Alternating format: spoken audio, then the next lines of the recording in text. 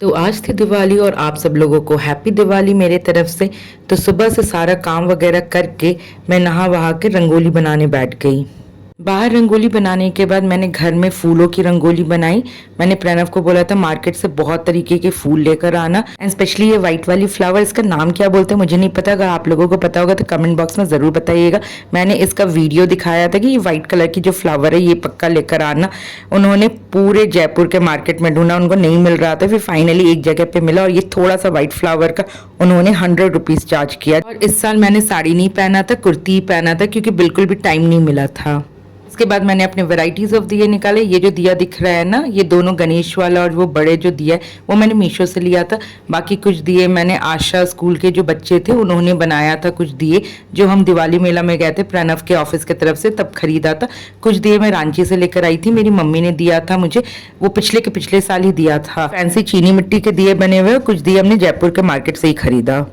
फिर दिए वगैरह जलाने के बाद मैं और प्रणव बाहर लगा रहे थे दिए, और एक ये जो क्यूट सा ग्रीन कलर का दिया है ना, मैंने इसको रंगोली के बीच में लगाया। इसके बाद हमारा थोड़ा बहुत फोटो सेशन शुरू हुआ। फोटो सेशन करना मीन्स कि बहुत ही ह्यूज डिफिकल्ट था क्योंकि दो छोटे छोटे बच्चे और दोनों बहुत ही नटखट है। यथार्थ के साथ तो मैं फिर भी फोटो सेशन कर ले रही थी, अतव तो इधर उधर बस भाग रहा था। अब मुझे क्रैकर्स फोड़ना, मुझे क्रैकर्स फोड़ना, वो तो फोटो क्लिक करने में इंटरेस्ट ही नहीं था।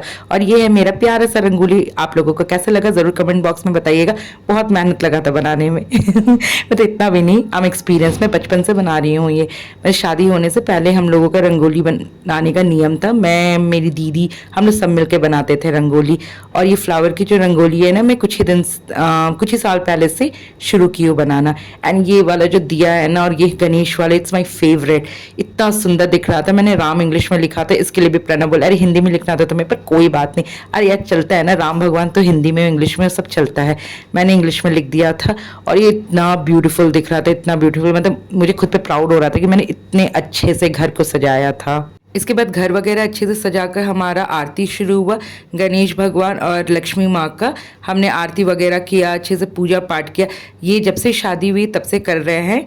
यहाँ पर बंगालीज़ में जो होता है वो काली पूजा होता है, लेकिन हमारे साइड में दोनों होता है, काली पूजा भी होता है और गणेश भगवान और लक्ष्मी माँ का भी पूजा होता है।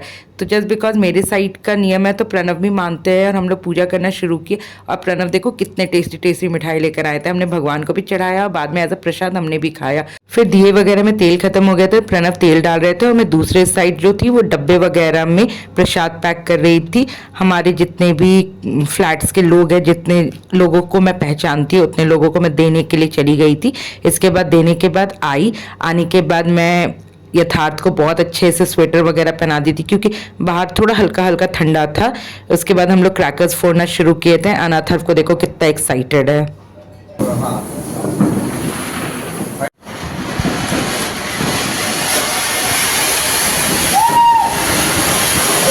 फिर इसी बहाने मैंने भी थोड़े बहुत क्रैकर्स जला लिए बच्चों के तरह। पर मज़ा आता है यार, दिवाली एक ऐसा फेस्टिवल होता है ना जहाँ पर बच्चे बनने का बहुत दिल करता है।